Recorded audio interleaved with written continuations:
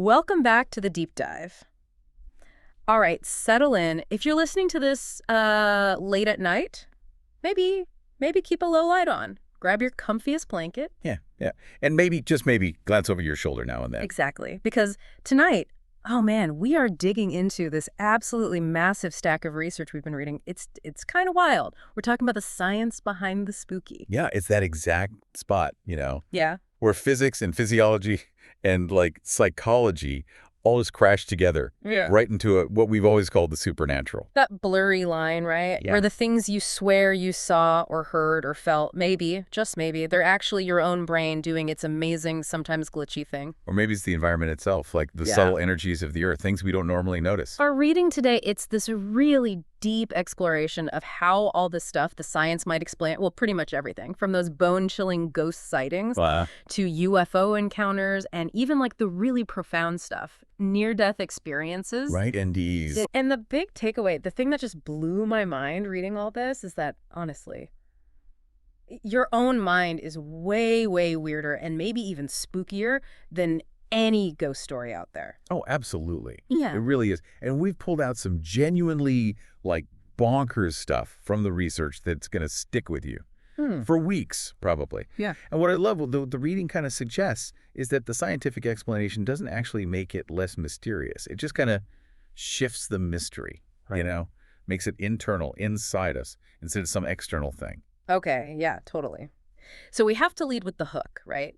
The one piece of research that just completely dismantled everything I thought I knew. Let's not bury the lead here. You mean a bit about how just by, like, tickling a tiny spot in your brain, Yeah. the temporal parietal junction, Yeah. they can basically make your brain electrically generate a ghost. A ghost standing right behind you that mirrors your every move. Exactly. It's not some spirit from beyond. It's like internal brain physics doing something weird. Yeah. We have to talk about that. We absolutely do. And what about the idea, this one's also wild, that a simple ventilation fan, like the one humming in the office, Wow. running at a frequency you can't even hear, it can make an entire building feel haunted, like violently haunted. Infrasound, Yeah. that invisible noise. The invisible music of the world that just makes you feel dread, actual physical anxiety. It can even make your eyeballs vibrate slightly, making you see shadows. It's crazy stuff.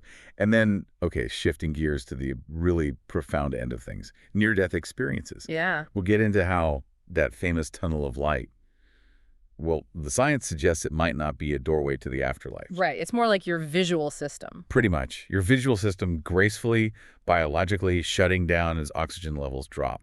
It's this, like, beautiful but also kind of terrifying physiological sequence. It really is. The science behind how intense that experience feels, it's just mind-blowing. It's like the highest stakes physics and psychology mashup you could imagine. So yeah, stick with us. We're going deep on all of this stuff.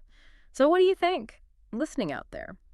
Are you ready to maybe swap out spectral visitors for, like, invisible energy fields and brain glitches? Let us know. Drop us a comment below. We genuinely want to know what you think. And hey, look, before we really dive headfirst into this massive stack of reading, we got to ask you, the listener, a quick favor. Yeah, please do. We're a pretty small channel here. We are. And if you're enjoying this deep dive, if this is your kind of weird, please hit that like button and subscribe. We'd absolutely love to have you on board. It really does help other people find this stuff too. Seriously, it makes a difference. Okay. Done with the ask. Let's get into it. Okay, let's start unpacking this. We're kicking off with maybe the most relatable and honestly often the most terrifying glitch in the human operating system. A haunting that's happening entirely inside your own head. Exactly. Yeah. And the first thing our research really zeroes in on is that feeling. You know, the one, that definite sense that there's someone else in the room with you. Ugh, yeah. Watching you. Breathing down your neck almost. That feeling of being observed. It's primal. It really is. And science has apparently managed to pin down, like, the physical source for that feeling. It reframes it as a kind of neurological misfire. Yeah, the brain's shadow, the ghost right behind you. And the reading points directly to a specific spot. The temporal parietal junction. The TPJ. Okay, TPJ sounds fancy. What's it actually do? Why is that little bit of brain real estate so critical for this, like, sensory ghost making? Well, the TPJ is absolutely crucial. Think of it as your brain's internal GPS system. It's constantly blending information from all your senses, like where you see yourself, where you feel your arms and legs are. Proprioception, right. Exactly, proprioception, and all the input from the outside world. The TPJ pulls all that together to create this coherent, unified map of where your body is in space. It basically tells you, okay, this is me, and that's the world out there. Yeah. Draws the boundary. What happens when that GPS system goes haywire? When the signals get scrambled? Right. And this is where these electrical stimulation experiments come in. Really fascinating work, pioneered by researchers like Olaf Blank. Okay. So neurologists, they targeted the TPJ with really weak electrical currents. And the volunteers, who were fully awake, fully aware, they consistently reported feeling this vivid, unseen presence standing just behind them. And crucially, they were always completely convinced it was something external. Not just a thought or a feeling, but another being. Whoa. Okay, and here's where it gets even weirder, right? Because the presence wasn't just standing there, was it? No, that's the freaky part. The reading notes that people describe this figure mirroring their movements. Mirroring them? How? Like if the volunteer tilted their head, they felt the presence behind them tilt its head too. If they reach out an arm, sometimes they actually felt the phantom touch them or press against their back. Okay, that's deeply unsettling. Why the mirroring? What's the brain doing there? So that mirroring effect, that's actually the key insight. It suggests the presence is basically a cognitive echo of the self, a glitchy duplicate. If echo. Yeah, because the electrical stimulation is messing with the signals about the body's own position. The signal saying, my body is right here and it's doing this. The brain gets this confusing, scrambled spatial data. Okay. It knows it should be getting a complete, coherent set of body map signals, but it's not. So it tries to resolve the confusion. And how does it do that? It concludes, well, there must be another entity standing right there doing what I'm doing. It creates a duplicate map to explain the bad data. Precisely. It's the mind creating its own conscious shadow, basically, and mistaking it for a spirit. Hold on. If the brain is just confused, Yeah. why does it almost always seem to create something that feels external and often like kind of menacing? Is there like a survival thing going on there? Does research touch on that? That's a really sharp question. And yeah, the research suggests a couple of things. First, this kind of disruption. It often happens during moments of stress or confusion or maybe isolation. Right. And those states naturally activate the amygdala, the brain's threat detection center. So you're already kind of primed for fear. Okay, makes sense. Second, our consciousness is basically wired to prioritize anything new or potentially threatening. So if there's a conflict in your sensory data about where you are, the threat system basically yells, intruder, something's wrong. So the default assumption is danger. Pretty much. The mind's core job is survival, right? So when in doubt, when the map is glitchy, it assumes the presence is dangerous. It's taking this high-level spatial mapping error and filtering it through pure primal fear. Wow. Okay, that's the aha moment right there. It's not a demon. It's a mapping error wearing a scary mask put on by your own threat system that is somehow infinitely cooler and maybe even creepier than just a regular haunting. Totally. It swaps out that existential dread for this kind of like scientific awe at the machinery of consciousness itself. Yeah. And speaking of terror, the next big hitter in our reading, explaining centuries of ghostly stuff, is sleep paralysis. Ah, yes. The original demon, as you called it. If you've never had it, count yourself lucky. It is the absolute definition of a nightmare bleeding straight into your waking reality. And unlike that TPJ ghost thing, which sounds pretty rare, sleep paralysis is incredibly common. Well, very common. The sensation itself is just terrifying. Your consciousness sort of flickers back on, right? But your body, completely paralyzed, can't move a muscle. Which is normally a good thing, right? That paralysis, the atonia. Yeah, it's a totally necessary, healthy function. It happens during REM sleep to stop you from physically acting out your dreams. You're punching your pillow or running into the wall. But when your mind wakes up before the paralysis switches off, you're trapped. You're aware, but locked inside a silent, immobile body. And the symptoms are just brutal. People report this terrifying, crushing weight on their chest. Can't breathe. Exactly. Can't scream, can't move. And often they see things, vivid, dark shapes hovering in the room, maybe moving towards them. And the research really details how those specific symptoms became the bedrock for centuries of folklore. Absolutely. For ages, these episodes were the direct source for stories of demons, witches, shadowy visitors. Yeah. The incubus and succubus, right? Sitting on your chest, stealing your breath or your soul or whatever. It makes perfect sense, though, if you physically feel like you're being crushed and you're seeing leftover dream imagery floating in your actual bedroom. The only logical explanation your half-awake brain can come up with is something external is attacking me. Yeah, the brain scrambles to find an external cause for this profoundly internal and terrifying state. But the reading really emphasizes that just understanding the mechanism, that it's basically a simple timing glitch, where the REM motor shutdown overlaps with waking awareness, that understanding is the most powerful antidote to the fear. It really is. It doesn't make the experience less real while it's happening, but afterwards you're just left with this incredible insight into how powerfully the brain can blend fear, dream fragments, and reality into something that feels cosmically huge. Okay, so moving on from those really intense internal glitches, let's look at how the brain handles just like vague visual information, which brings us to those classic spooky tropes. Shadow people and seeing faces where there aren't any. The illusion of the observer. Yeah, we've all done it, right? Caught something dark darting away just at the edge of your vision, and then you look properly, and nothing's there. Totally. Fleeting silhouettes. Our research links these shadow people directly to how our eyes and brain handle peripheral vision. So what's different about peripheral vision? Why does it make shadows? While your peripheral vision relies much more on rod cells in your retina, rods are amazing at picking up motion, especially in dim light, but they're pretty bad with sharp details and color. Okay, motion detectors, basically. Right. Contrast that with the cone cells, which are packed in the center of your vision, your fovea. They handle all the high-def detail and color. So the information you're getting from the edges of your vision is essentially high-speed but low resolution, like a blurry fast feed. Gotcha. So if you're tired or stressed or it's just dark, that low-res data stream is kind of struggling. Exactly. And your brain is always running this predictive system, right? It's constantly guessing what should be there, what's likely to appear next, just to save processing time. It anticipates reality. Okay. So when the input from your periphery is blurry, low-res, and uncertain, the brain doesn't have good data. So it just throws up this quick, dark placeholder image, a vague shape. Placeholder? Yeah. And because we're biologically wired to detect other humans for survival instinct again, that vague shape often gets interpreted as a human silhouette. But the moment you turn your high-resolution central vision towards it, the placeholder fails. right, the good data comes in, overrides the placeholder, and poof, the shadow vanishes.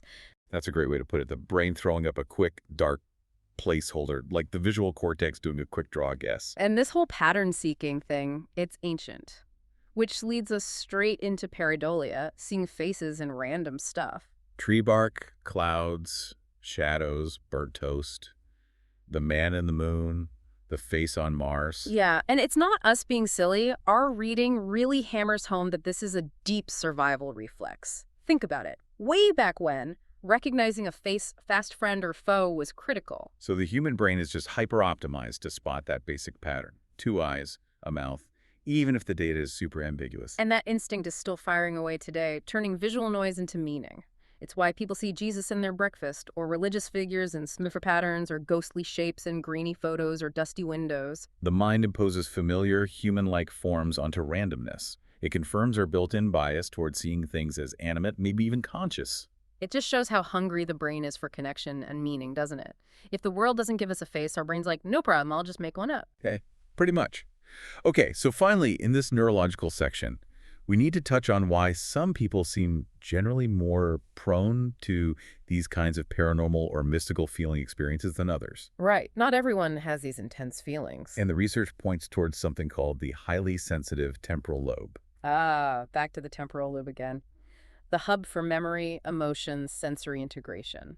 So what makes it highly sensitive in some folks? Could just be natural variation in brain wiring. Yeah. You know? Yeah. But sometimes it's linked to other subtle physiological things. The point is, individuals whose temporal lobes are unusually sensitive, maybe even just slightly hyperactive, they seem far more likely to experience these really vivid sensations. Sensations like what? Like a strong feeling of presence, or intense awe, or even profound fear, especially during moments of stress or maybe sensory overload. Their internal world seems to merge more easily with their perception of the external world. And what does that actually feel like for the person experiencing it? How does the reading connect this? Well, the reading draws some pretty interesting links between this kind of temporal lobe sensitivity and experiences that historically might have been labeled as religious revelation or mystical insight. Okay. When the temporal lobe fires up in this heightened state, it can trigger intense feelings of understanding or cosmic connection or feeling a deep spiritual presence nearby. Because it's the part of the brain that processes sensory data and links it to emotion and memory, this kind of high-stakes activation can make ordinary things feel suddenly extraordinary, loaded with meaning. So instead of just dismissing these really profound encounters as like delusions, the science is maybe suggesting they could arise from the brain's deepest, most creative centers, just operating at a slightly higher volume. Yeah, maybe a higher game setting is a good way to think about it. The supernatural feeling might not be an external force invading, but the mind itself glimpsing its own potential for generating profound experience, maybe just because of how its wiring is slightly different. And that realization that the experience itself is absolutely genuine for the person, even if the interpretation is internal, that's actually a really beautiful way to look at it, isn't it? It totally is. It kind of confirms that the biggest mystery really is the 3 pounds of wetware rattling around inside our skulls. Okay, so we've kind of established that our brains are pretty much primed, maybe even eager, to see and feel things that aren't necessarily there, especially when stressed or confused. Right. Glitches from the inside out. So now, let's flip it. Let's talk about the external forces, the invisible stuff in the environment that might actually be pushing the brain into that state of confusion in the first place. Yeah. This section is all about how unseen forces can actually manipulate how we feel, turning old buildings, or even just certain landscapes, into these weird psychological instruments. And we got to start with the big one you mentioned earlier, infrasound, the ultimate unseen chill. Define it for us again. What is infrasound, and why can't we hear this stuff that apparently makes buildings feel haunted? So infrasound is basically sound waves that are way too low for human ears to pick up, generally anything below about 20 hertz. Our eardrums just aren't built to register those super slow, deep vibrations as like a distinct pitch or sound. And where does it come from? It's natural stuff mostly? A lot of it, yeah. Huge natural sources, big storms, ocean waves crashing on coastlines miles away, volcanoes, even just strong wind whistling through large tunnels or architectural features like bell towers. But man-made stuff too, right? Like that ventilation fan example. Oh, yeah. Poorly maintained large engines, big industrial fans, certain types of machinery, they can all pump out infrasound. Okay, so we can't hear it, but it still affects us. Totally. The physical effects are the really chilling part. Our research notes point out that these super low-frequency vibrations can actually resonate with parts of our body. Resonate. Like how? Think about the big, air-filled cavities in your chest and abdomen. Those low frequencies can literally make those areas vibrate sympathetically. And that physical sensation triggers feelings of, well, unease, anxiety, dizziness, agitation, and that subtle nagging feeling that there's a presence nearby. Because your body feels weird, but there's no obvious cause. No loud noise. Exactly. It feels like pressure or just wrongness. But the absolute freakiest bit, the part that ties infrasound directly back to seeing shadow people, is the eye trick. Right, you mentioned this, the vibrating eyeball thing? Yeah. Certain infrasound frequencies, the reading mentioned specifically around 18.9 hertz, happen to match the natural resonant frequency of the human eyeball itself. Seriously, our eyes have a resonant frequency. Apparently so. And when infrasound hits that frequency, it can cause the eyeball to subtly vibrate, just a tiny bit. But your brain interprets that vibration as movement in your visual field. Especially at the edges and the periphery, exactly where the shadow people tend to hang out. So if there's this low, unheard hum running through a room, your actual eyeballs might be shaking slightly, creating the optical illusion of shadowy movement. Scientists actually recreated this, didn't they? Put people in rooms with infrasound? They did, and the subjects reported feeling chills, anxiety, and yeah, seeing fleeting gray shapes in their peripheral vision in totally empty rooms. That's just physics playing a really cruel, high-stakes prank on our biology. And the connection seems undeniable, right? So many famously haunted places, old churches, castles with long, echoing corridors, abandoned factories. They often have the perfect acoustics to funnel or resonate infrasound. They become natural amplifiers for it. It shows how that feeling of the unseen can often be explained by just air and vibration. But that eerie primal feeling it causes, still totally real. Okay, so that covers the low-frequency hum. Now let's shift from sound to something equally invisible but maybe even weirder. Magnetic fields. These invisible whispers that might mess with our sense of space. Yeah, the research on how magnetic fields might affect the brain it's wild and pretty controversial still, but compelling. It seems to center on the brain's sensitivity to small electromagnetic shifts, especially, again, in the temporal lobes. And they tested this how? The God helmet stuff. Sort of, yeah. Researchers put subjects in controlled settings and exposed them to specifically targeted shifting magnetic fields, often around the head.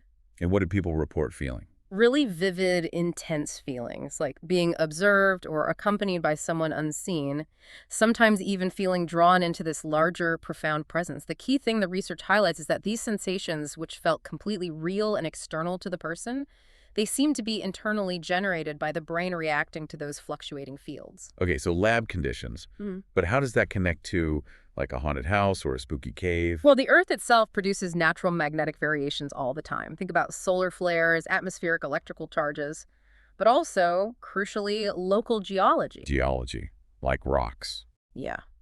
Especially in places with lots of iron minerals. Think old mines, caves, and iron-rich areas, but also old buildings constructed with large amounts of wrought iron or steel like Victorian architecture, or deep basements with old pipes. Ah, okay. So the iron can affect the local magnetic field. It can create localized magnetic anomalies, fluctuations. And the idea is that these natural subtle shifts in the magnetic environment might be enough to trick the mind. By briefly altering how the temporal lobe processes space and the sense of self, it could potentially induce that feeling of a supernatural presence. So that feeling that a place feels ancient or charged or somehow sacred, it might literally be because you're standing over a big vein of iron or messing slightly with your brain's electrical activity. It's a possibility, a kind of geological spiritual experience. Geology mimicking the divine, maybe? What's amazing is how the brain seems capable of transforming this invisible energy into really profound, sometimes overwhelming emotion. Okay, keeping with the environment. Let's tackle the oldest cliche in ghost stories. The dark and stormy night. Atmosphere and anxiety. Specifically, barometric pressure. Why do ghost sightings seem to spike when the weather gets rough? Yeah, rapid drops in barometric pressure, the kind you get right before a big storm rolls in, they actually have tangible physical effects on us. Like what? Well, the pressure change can cause subtle shifts in the fluid dynamics within your inner ear, affecting balance slightly and also in your sinuses. This can lead to headaches, maybe mild dizziness, just subtle shifts in perception. Your body kind of senses the coming storm before your conscious mind fully registers it. And that triggers anxiety. Yeah, often a kind of generalized low-level anxiety or unease. You just feel a bit off, but you don't know why. Okay, so you're already feeling a bit weird physically. Now combine that with being in, say, an old creaky building during that storm. Exactly. Old buildings, especially poorly insulated ones, they amplify everything when the weather turns. Drafts become stronger, sudden gusts of wind rattle windows, low light creates deeper flickering shadows. Humidity changes how sound travels. Right. High humidity can make whispers carry further, floorboards creak louder. A door that usually just sits there might suddenly swing open slightly in a draft. Shadows stretch and distort wildly with flickering lightning outside. The whole environment suddenly feels alive with subtle, unsettling motion. So the reading suggests that's why ghost stories thrive in storms. Nature itself is tweaking our internal chemistry, making us anxious, while simultaneously making the environment seem more active and spooky. It primes the imagination. Makes perfect sense. Now, before we move on from the environment, we should probably mention two really critical factors that are often mistaken for hauntings, but are actually serious health hazards: carbon monoxide and mold. Oh yeah, the silent dangers. This is where spooky gets genuinely dangerous. It's a classic explanation, but easily overlooked, especially for those stories of entire families being tormented over long periods in one house. Yeah, chronic low-level carbon monoxide CO poisoning. Maybe from a faulty furnace or blocked chimney or old gas appliances. It historically caused whole households to experience a range of symptoms. Headaches, nausea, confusion. And critically, visual and auditory hallucinations. Seeing figures, hearing voices, feeling a malevolent presence. CO directly affects the nervous system and brain, especially areas dealing with vision and emotion. It can easily lead to paranoia and seeing things that aren't there. I remember reading about documented cases from like the 19th and early 20th centuries, families convinced they were plagued by gas ghosts or shadow residents. And in so many of those cases, once someone finally checked the furnace or cleaned the chimney, the haunting completely stopped. It's a sobering reminder, isn't it? The line between a haunting and a serious hazard can be incredibly thin. If multiple people in one house are all seeing the same weird stuff over weeks or months, maybe check the CO detector before calling the ghost hunters. Absolutely. And what about mold? That smell or decay often linked to haunted places. Right. Certain types of toxic mold, the kind that thrive on damp, decaying wood in old, poorly ventilated houses, they release chemical compounds called mycotoxins. Then these mycotoxins, they can mess with your head. Some of them are chemically similar to mild hallucinogens or neurotoxins, so breathing in those spores constantly in a damp, confined space. It can cause dizziness, blurred vision, fatigue, confusion, even distorted emotional responses like anxiety or irrational fear. Centuries ago, that could easily be mistaken for demonic influence, witchcraft, or just being cursed. Wow. So the ghosts that scare us might sometimes just be the subtle poisons in the air we breathe, or the unheard vibrations in the walls, air quality, chemistry, vibration. And let's not forget the sheer physical presence of an old building creating that subtle building's hum. Ancient places, castles, tunnels, big stone cathedrals, they often resonate with these really low vibrations, maybe from wind or nearby traffic or even underground water. Frequencies too deep to properly hear, but you feel them. Yeah, you feel them, like a pressure in your chest or this faint quiver in your bones almost. And that physical sensation, even if you don't consciously register it, it triggers this primal sense of alertness, makes you feel like something unseen is nearby just because your body is physically reacting. The building itself is like a giant, low-frequency instrument playing on your nervous system. And finally, the classic. Cold spots and turbulence. Every ghost hunting show features them, right? Yeah. These sudden, localized drops in temperature. Right. And investigators using thermal cameras, they usually find these sudden chills match up perfectly with areas of airflow turbulence. Some drafts. Pretty much. Drafts from poorly sealed windows or doors, convection currents caused by uneven heating and cooling in a room, air flowing from vents. It funnels cool air in weird, unpredictable pockets. And our minds just interpret that sudden physical sensation, the unexpected cold patch on your skin, as an invisible presence brushing past. Because it's localized and doesn't have an obvious source. Yeah, it's just physics, but it feels like something else entirely. So what about you listening? Have you ever felt that weird anxiety in an old building? Do you think knowing the science behind it makes it less mysterious, or actually kind of more fascinating? Let us know what you think. Drop a comment below. All right, let's pull our focus up from the creaky floorboards and drafty hallways and look up to the vast, often confusing night sky. Yeah, for centuries, pretty much anything up there that people couldn't immediately identify got slapped the label otherworldly. Gods, omens, visitors. But our reading suggests that actually the sky is just full of really clever atmospheric tricks and a lot of human error and misidentification. It really is. And probably the most compelling scientific angle on UAPs or UFOs often comes down to the most mundane-sounding explanation: classified and confused technology. Right. This takes us back into the whole Cold War era, looking at declassified documents. We know for a fact now that a ton of those classic mid-20th century UFO sightings happen near restricted military test sites. Exactly. Think about it. The U.S., the Soviets, they were both pushing aerospace technology like crazy. High-altitude spy planes like the U-2, the SR-71 Blackbird, bizarre-looking stealth prototypes, high-altitude reconnaissance balloons that look like flying saucers. Stuff the public had absolutely no clue existed. Right. So when ordinary people, or even pilots sometimes, saw these things, weird shapes, incredible speeds, unusual lights, silent flight, especially near air bases or testing ranges, they defied all known context. Without that classified piece of the puzzle, they seemed completely unearthly. Impossible. What looked supernatural was actually just the bleeding edge of human invention, glimpsed before the official reveal. Technology mistaken for aliens. And you can see echoes of that history even in the way the conversation is shifting now with a focus on UAPs, right? There's an acknowledgement that some things are genuinely hard to identify immediately. Yeah, the current push to study UAPs using really advanced military sensors, infrared, radar, electro-optical cameras, it's fascinating. While they acknowledge some cases remain tricky, the core mission seems to be ruling out all known phenomena first. Foreign drones or aircraft, known atmospheric effects, sensor malfunctions. The fact that the focus is so heavily on sensor data, on measurable physical phenomena shows they're looking for concrete answers, not just relying on eyewitness accounts anymore. But sometimes the explanation isn't classified tech. Sometimes the biggest trickster in the sky is just Venus. Good old Venus.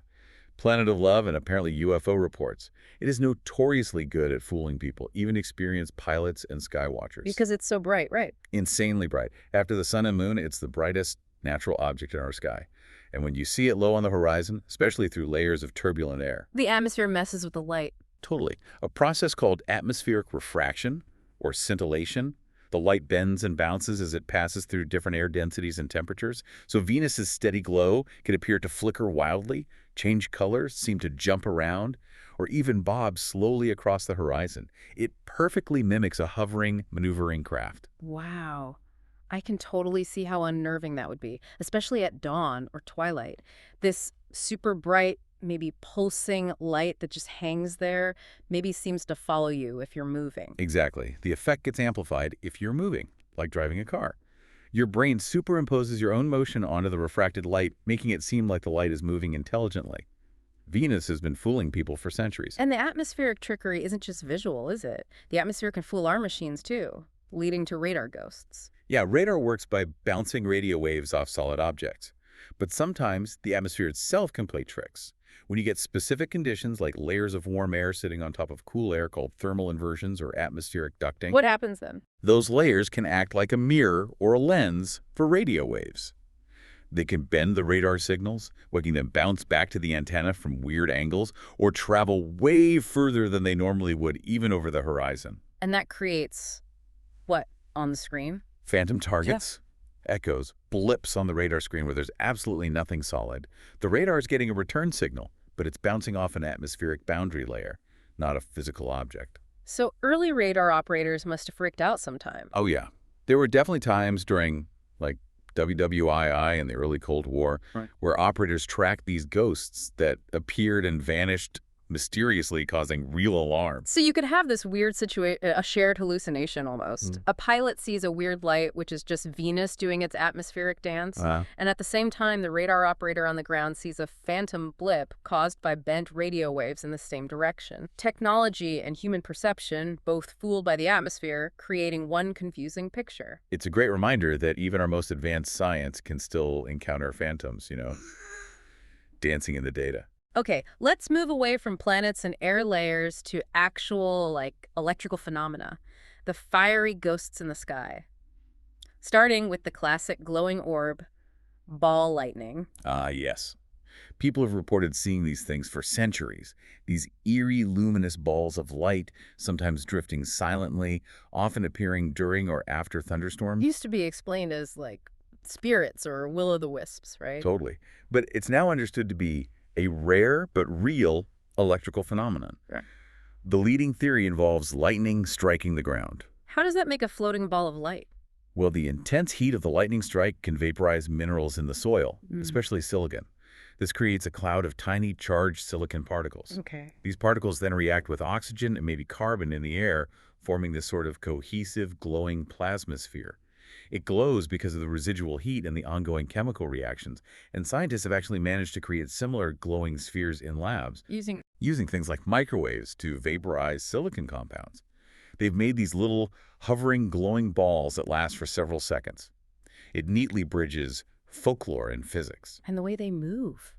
Sometimes they're described as pausing or changing direction. That must have seemed so deliberate, so conscious, before we had any idea what they were. Absolutely. Almost alive. And kind of related to this, we have the famous Foo Fighters reported by Allied pilots back in World War II. Right. These weren't enemy aircraft, were they? They were these weird, persistent, glowing balls of light that would just follow their planes. Yeah, especially during night missions over Europe or the Pacific. Yeah. Pilots were baffled, sometimes scared. They were convinced they had to be some kind of secret enemy weapon or surveillance drone. They'd appear, maybe fly in formation alongside the bombers, match their speed, then just disappear. So what's the thinking now? What were they? The modern suspicion is that they were likely a form of atmospheric plasma, similar in nature to ball lightning maybe, but generated by the planes themselves. Think about the conditions. Flying at high altitude through turbulent air, maybe near storm clouds. There's a lot of electrical charge building up around the aircraft due to friction, engine exhaust, interaction with atmospheric electricity. This could potentially ionize the air and moisture right around the plane, creating these small, luminous plasma spheres that trailed them or darted near the wings. Wow. So not enemies, but like weird self-generated electrical companions. That's actually kind of poetic, isn't it? These little lights appearing during humanity's darkest conflict. A strange reminder that even war can stir the atmosphere into creating mystery.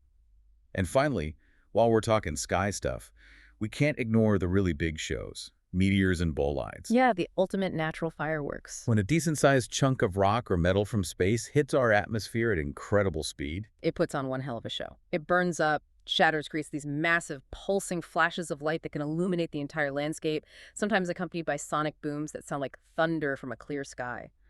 A bolide is just a particularly bright, often exploding meteor. And you can imagine ancient people witnessing that. A fiery object blazing across the heavens, maybe exploding. oh, absolutely, it would have been terrifying, awe-inspiring, easily interpreted as celestial beings, fiery chariots of the gods, omens, divine wrath. Even today, seeing a really bright meteor feels incredibly strange and powerful. It's the cosmos reminding us that natural forces can display power so intense it just bypasses explanation and becomes pure awe. Okay, wow. We've covered ghosts in the house, ghosts in the head, and now ghosts in the sky. This seems like a good spot to check back in with everyone listening. Yeah, what about you? When you look up at the sky, what's the absolute strangest thing you've ever seen? Was it just Venus playing tricks or something you still can't explain? And thinking about the current UAP investigations, do you think the focus should be more on the psychology, like how we perceive ambiguous things, or more on the physics, trying to figure out what these things actually are? Let us know. Seriously, drop your thoughts in the comments below. We love reading them. All right, this next section gets into some territory that feels maybe a bit more controversial. We're looking at things like apparent precognition, knowing the future, and telekinesis, moving stuff with your mind. Yeah, and taking a hard, scientific, maybe sometimes slightly sarcastic look at it, emphasizing how much of it might boil down to our brains being amazing pattern finders, our tendency towards wishful thinking, and just simple physics that looks like magic. Well, let's start with the big one, the thing every kid tries at some point, telekinesis. Moving objects just by thinking about them versus tiny physics. Okay, so the first thing our reading makes absolutely crystal clear is this. Under strict, repeatable, scientific laboratory conditions, no physical object has ever been conclusively proven to move just by the power of thought alone, period. Right. That finding basically upholds the fundamental laws of physics, like conservation of momentum. Things don't move unless a force acts on them. Okay, but things do move. People report it all the time. The Ouija board planchette slides, the seance table tilts, a candle flame flickers wildly in a still room, your hair stands on end, a small trinket seems to nudge itself. What are the real movers, if not our minds? Well, often it's the subtle, unseen pulses of the planet itself. We talked about infrasound making things feel weird, but there are also microseismic vibrations. Microseismic. Sounds serious. What is that? It refers to these constant, incredibly faint tremors that are always running through the Earth's crust. They're often generated by things happening thousands of miles away, like ocean waves crashing on distant coastlines or big storm systems, even traffic or heavy industry. Tiny earthquakes, basically, all the time. Kind of, yeah. Super, super tiny. You don't feel them consciously. But these vibrations travel through the ground, and critically, they can cause structures, especially older buildings, to subtly resonate or amplify those signals. Ah, so that's what might make the shelf tingle or the chandelier sway just a tiny bit, or make a really lightweight object on a smooth surface appear to move all by itself. Exactly. The table might be tilting because the entire planet just sighed from a storm off the coast of Japan. It's a massive shift in perspective from my mind moved it. Wow. Okay. What else? Well, consider simple static electricity. The reading mentions the triboelectric effect. That's just the technical term for when you rub certain materials together, like your clothes rubbing against a chair, especially on a dry day, and static charge builds up. And then it discharges. Yeah, sometimes it discharges with a tiny crackle or even a faint blue spark you might see in the dark. But that discharge can also exert a small force. It can make lightweight fabrics cling or repel, make your hair rise towards a charged object, maybe even nudge a tiny piece of paper. It creates the illusion of an unseen touch or breath. It's the atmosphere itself providing the electrical kick. Okay, but the coolest example, the one that genuinely looks like telekinesis but is pure physics, is modern sound levitation. Oh, this stuff is spectacular. It's a real technology. Scientists use arrays of carefully positioned ultrasonic emitter speakers, putting out sound way above human hearing. And what do these ultrasonic waves do? They're set up to interfere with each other in a very precise way, creating what are called standing waves. These are patterns where the sound waves cancel each other out everywhere except at specific stable points called nodes. These nodes act like little invisible pockets or traps in the air. Traps for what? Traps for tiny objects. The intense pressure of the sound waves converging at these nodes, called acoustic radiation pressure, is strong enough to counteract gravity for very small, lightweight things. Like what kind of things? Like tiny beads, bits of foam, small seeds, maybe even droplets of water. They get lifted up and just hang there, perfectly still, suspended in midair within those invisible sound traps. Whoa. So to someone watching who doesn't know about the ultrasonic emitters, it looks exactly like someone is levitating objects with their mind. Precisely. It's the dream of mind over matter made real, but, you need a bunch of sophisticated ultrasonic equipment to pull it off. Physics provides the invisible hand, sound provides the gentle push. Okay, so moving things is probably out. What about reading minds? Let's shift from physical manipulation to mental stuff. The illusion of telepathy, which our reading suggests, often relies heavily on cold reading and memory bias. Right. Cold reading. It's the classic technique used by stage mentalists, psychic performers, even some fortune tellers. It can look incredibly impressive. But it's not actually mind reading, is it? No. It's about keen observation and clever psychology. The performer infers information about the subject by watching them closely. Their posture, facial expressions, clothing, jewelry, the words they use, their age, their reactions. And then they use that information. They use it to make very general, high-probability statements, often called Barnum statements, after P.T. Barnum, things that sound specific but actually apply to almost everyone. Like, you could be a very critical person, especially of yourself, or you've experienced a loss recently that still affects you, or there's an important decision weighing on your mind. Stuff most people can relate to. Exactly. And then the performer watches the subject's reaction, a tiny nod, a flicker of the eyes, a slight change in breathing. Based on that subtle feedback, they refine their statements, making them seem more specific, zeroing in on themes that get a positive response. And the person wants it to be true. That's key. It exploits our deep human desire to feel understood, to find meaning. The subject unconsciously helps the reader by interpreting the vague statements in a way that fits their own life, providing more feedback and remembering the hits while forgetting the misses. Each confirmation builds this incredible feeling of psychic accuracy. The cumulative effect can really convince someone that genuine, intimate mind-to-mind contact has happened. The real lesson here is just how much subconscious information we all give away constantly. But this leads us directly into the biggest trap when evaluating any kind of psychic claim: confirmation bias. Ah, yes. The brain's tendency to favor information that confirms what it already believes. This is how belief in stuff like fortune-telling or psychic predictions gets reinforced, right? It's a glitch in how we remember things. Totally. Our brains are actively selective. They latch onto and vividly remember the hits that one time a vague prediction seemed to come true. Yeah. But they conveniently forget or downplay the hundreds of misses, all the predictions that didn't pan out, all the other psychics who were completely wrong. This creates this totally uneven mental scorecard, where even random guesses start to feel like proof of genuine psychic ability. It's not that people are stupid or gullible. It's just that memory actively filters reality through our hopes, fears, and existing beliefs. If a psychic vaguely mentions travel and 6 months later you take a vacation, your brain instantly links those two events, gives the psychic credit, and ignores the fact that the prediction was irrelevant for half a year. The brain is fundamentally a pattern-seeking machine. It desperately wants to find order and meaning, even in random noise. Our reading notes that this is usually a gift. It helped us survive. It fuels creativity. But we have to be really honest about its limitations when it comes to evaluating extraordinary claims. Maybe coincidence should just prompt curiosity, not automatically count as proof of supernatural powers. Okay, so what about that really deep-seated feeling of knowing something is about to happen? Premonition, intuition, and the simulation engine. Right. Our reading confirms that the human brain is constantly subconsciously running simulations of possible future scenarios. This isn't magic. It's a core function. How does it do that? It uses the same powerful brain regions involved in memory, like the hippocampus, and parts of the prefrontal cortex to basically project forward. It takes current information, mixes it with past experiences, and runs countless what-if scenarios. This is often linked to the default mode network, right? The brain activity when you're just daydreaming or letting your mind wander. Exactly. That powerful background simulation ability can sometimes create incredibly vivid dreams that feel like premonitions or generate that strong gut-feeling intuition where you feel like you know something before you consciously know why. Because your brain has already run a super fast subconscious risk assessment or pattern match based on subtle cues. Pretty much.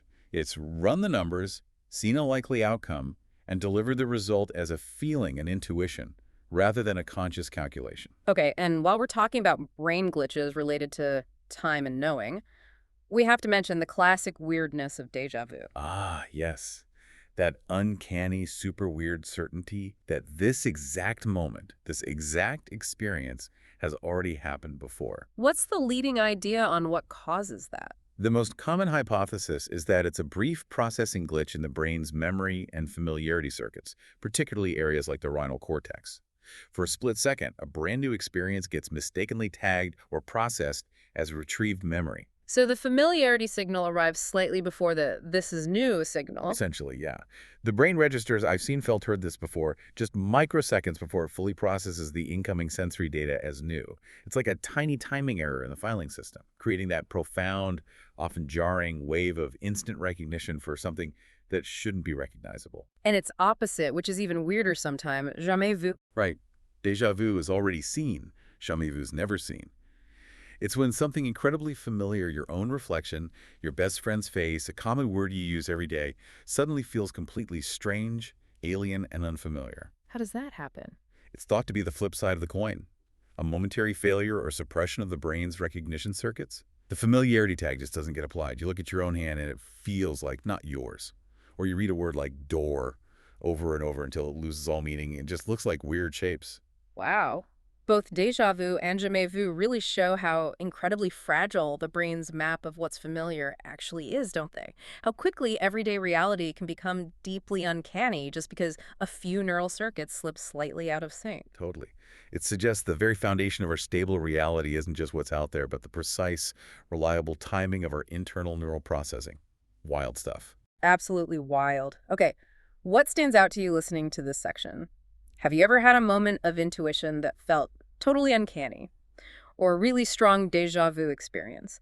Did your brain remember the psychic hit or the miss? Let us know below. Share your weird brain moments. Okay, we've journeyed from, like, the mundane physics of creaky houses and drafty rooms, all the way out here in the absolute edge of consciousness. This is where the experiences people report become truly life-altering, profound, deeply spiritual. Yeah, near-death experiences, NDEs. These are intensely personal, often sacred events for the people who go through them.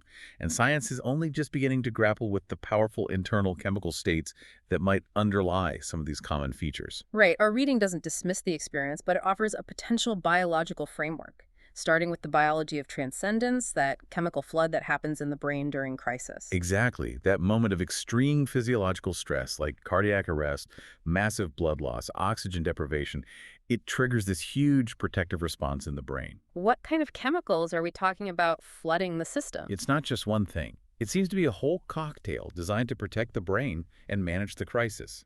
We hear a lot about serotonin spiking, which definitely contributes to feelings of calm, peace, even bliss, kind of easing the panic. Okay. But the reading also points to a massive release of the body's natural opioids, endorphins. These are powerful painkillers, but they also induce euphoria. So you get pain relief plus this feeling of intense well-being. I remember reading somewhere about a possible link to chemicals similar to dissociatives, like ketamine. Does the brain make its own version of that stuff under stress? It seems like it might.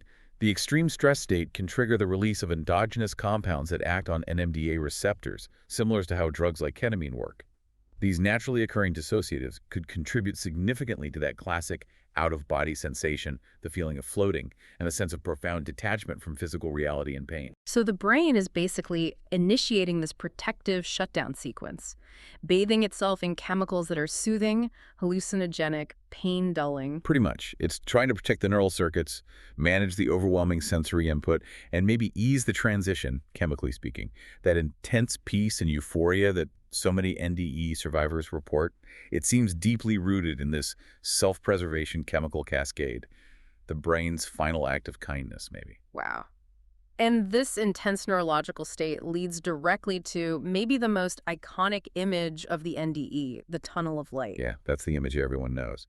Moving towards a brilliant light at the end of a tunnel. It feels so powerfully symbolic, so spiritual. So how does the biology potentially explain that specific visual? It seems to be a physiological sequence linked directly to how the visual system fails when oxygen and blood flow drop critically low.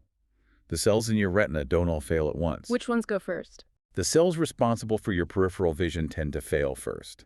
They're further out, maybe you get less blood supply compared to the cells right in the center of your retina, the fovea, which handles your sharp central vision. The visual cortex also seems to prioritize processing central visual information. Okay, so the edges of your vision start to go dark. Right. While the very center remains active and perceived as bright for a little longer, what you get is this progressively narrowing ring of darkness closing in around a bright central core of remaining vision. Like looking through a narrowing tube. Exactly. And your brain, which is always trying to interpret sensory input, registers this shrinking field of light not as system failure, but as forward motion. Movement through a tunnel towards that bright light at the end. That's profound. The sensation of a journey towards light is actually the visual system shutting down from the outside in. But the experience is one of transcendence. It really is. And then there's that other deeply comforting and common feature of NDEs, meeting deceased relatives, or sometimes religious figures. Yeah. How does the reading approach that? Our research linked this to memory networks firing off like crazy, right? Releasing these incredibly vivid, emotionally charged images. Exactly. During that crisis state, with the chemical flood happening, key brain areas involved in memory and emotion, like the limbic system, the temporal lobes become highly activated, almost hyperactive. And this activation does what? Removes the filters. It seems to remove the usual mental bottlenecks or filters that normally control our memory recall. This allows these deep, rich, emotionally significant autobiographical memories, especially faces of loved ones, powerful life moments to surface with incredible speed, clarity, and intensity. So the faces appear super real, the voices seem present. Yeah, and it's all fused with this intense feeling of love, peace, and connection generated by the brain's chemical state.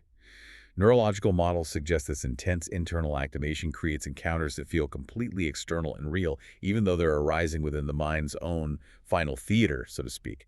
It sounds almost therapeutic, like the brain providing comfort at the brink. Consciousness focusing on relationship, on love as maybe the last important thing. That's certainly how many experiencers interpret it. Now, we should also quickly loop back and connect this altered state to that feeling of the flexible self specifically, the out-of-body experiences, OBEs, that often occur. Right. We're back at the temporal parietal junction, the TPJ again. Because our sense of self being located inside our physical body, that's not automatic, is it? It's something the TPJ actively constructs, moment by moment. It is. It's integrating all that sensory data, vision, balance from the inner ear, body position, sense, proprioception to create a stable I am here feeling. But when those sensory signals falter or become scrambled during a crisis... During an NDE, or even just fainting sometimes. Right. The brain struggles to maintain that single cohesive perspective anchored inside the body. The TPJ gets conflicting data. So how does it resolve the conflict? One hypothesis is that it generates an alternate viewpoint, a perspective from outside the body, often floating above or beside it. It creates a different camera angle to try and make sense of the scrambled input. Exactly.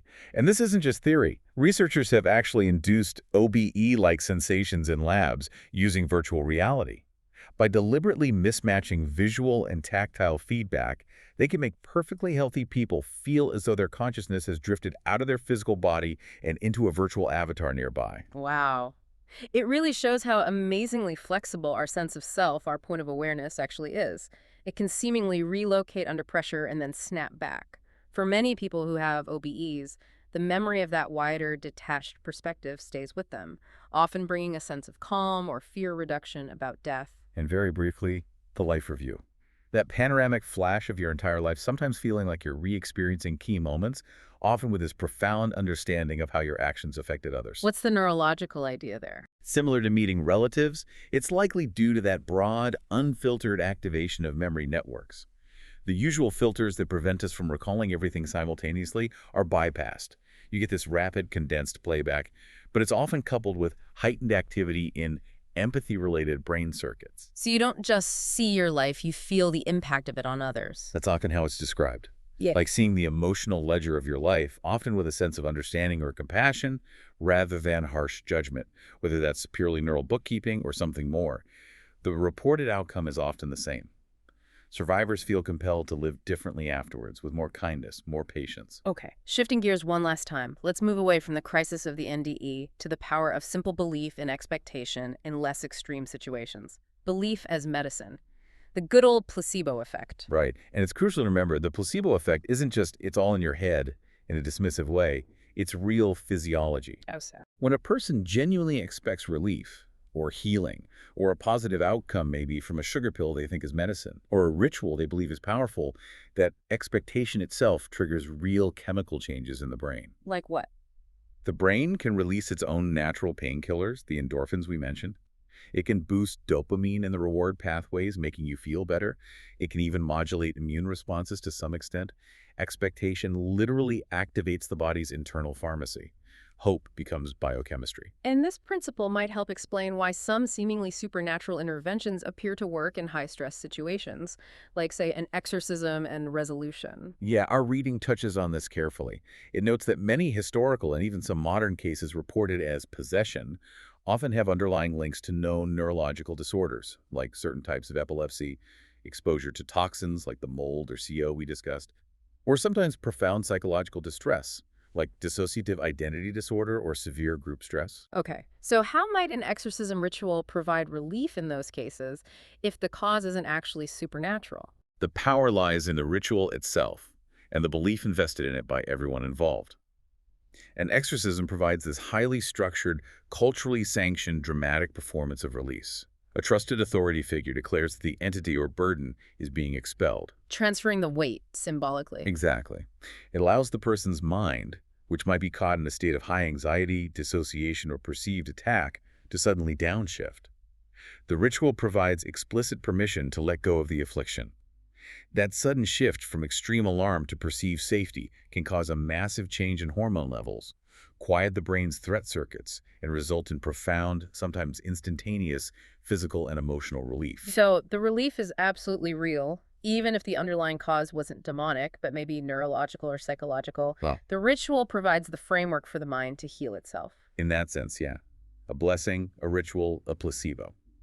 They can all be seen as treatment plans written in the language of hope and belief, tapping into the brain's remarkable capacity for self-regulation when given the right cues. And our reading even touches on how collective belief shapes our reality in tangible ways. Right. If a whole community believes a certain grove of trees is sacred or home to protective spirits, guess what? People don't chop down those trees. They stay away. If a stream is believed to have healing properties, people won't pollute it. They'll protect it. What starts as belief, as a story, ends up having real-world practical consequences, like conservation driven by reverence. The stories we tell ourselves literally shape the physical world around us. It's fascinating stuff. It really brings it full circle, showing how these things we label supernatural often resolve back into deeply human systems. Our biochemistry, our neurology, our psychology, and the incredible power of our shared beliefs and stories. Systems that are no less extraordinary, maybe even more so, just for being potentially understandable. Hashtag tag outro. Okay, wow. So let's try and kind of pull all threads together from this massive deep dive we've just been on. Yeah, where did we even start? We started inside head, right? With the brain basically creating its own shadow ghost because of a spatial mapping error at the TPJ. Then we moved outside to the environment playing tricks. That invisible music of infrasound literally making your eyeballs vibrate to create shadow people. Yeah.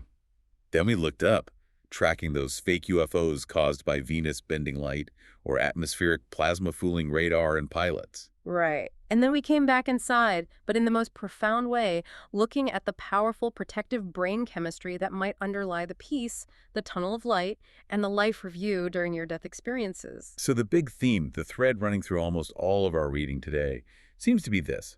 The supernatural, as we usually think of it, is maybe rarely some force completely external to us. It's more often what our own human attempts to make sense of things. Yeah. Our deep need to understand the world's invisible complexities, the subtle energies, the weird physics, the biological glitches. And it's about the mind's absolutely phenomenal ability to create meaning, to weave story, even out of chaos or incomplete data. We are pattern-seeking animals, aren't we? And if the world doesn't give us a clear pattern, our brain just goes, fine, I'll invent one. Usually one that keeps us feeling safe or helps us make sense of the scary stuff.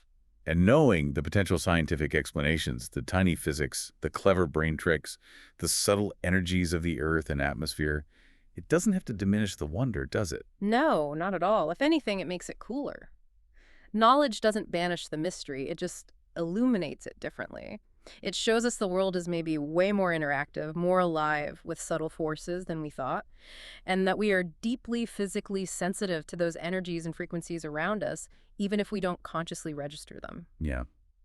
Maybe the ghosts we spend so much time chasing are actually just reflections of our own consciousness grappling with reality.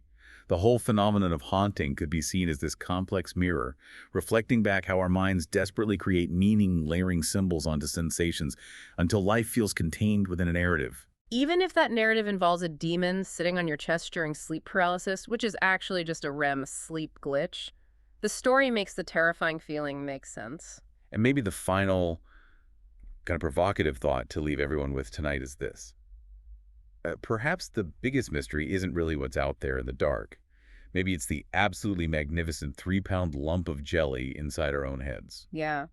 This thing capable of generating sheer terror 1 minute and feelings of cosmic transcendence and boundless compassion the next.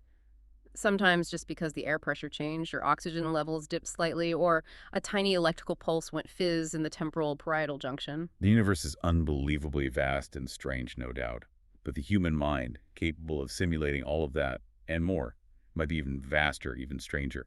And both are probably filled with wonders with light that we don't even have names for yet. Wow. Okay, so last call for thoughts. Did we miss the scariest explanation you've heard? Out of all the science we talked about, what's the one explanation that still kind of gives you the chills, even knowing it might be biology or physics? Let us know what you think. Seriously, comment below. We'll read them. Absolutely. Thank you so much for joining us on this very deep dive. We hope you walk away feeling, I don't know, well-informed, maybe a little unsettled, but definitely intrigued. Yeah. Rest well. Let it all settle. Good night.